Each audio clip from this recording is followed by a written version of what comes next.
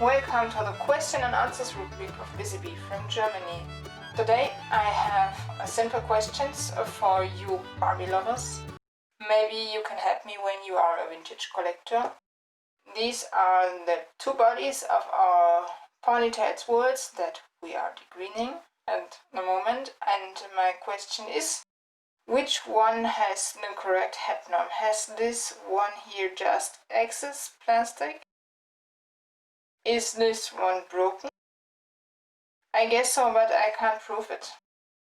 Please let me know in the comments if you can answer me these questions.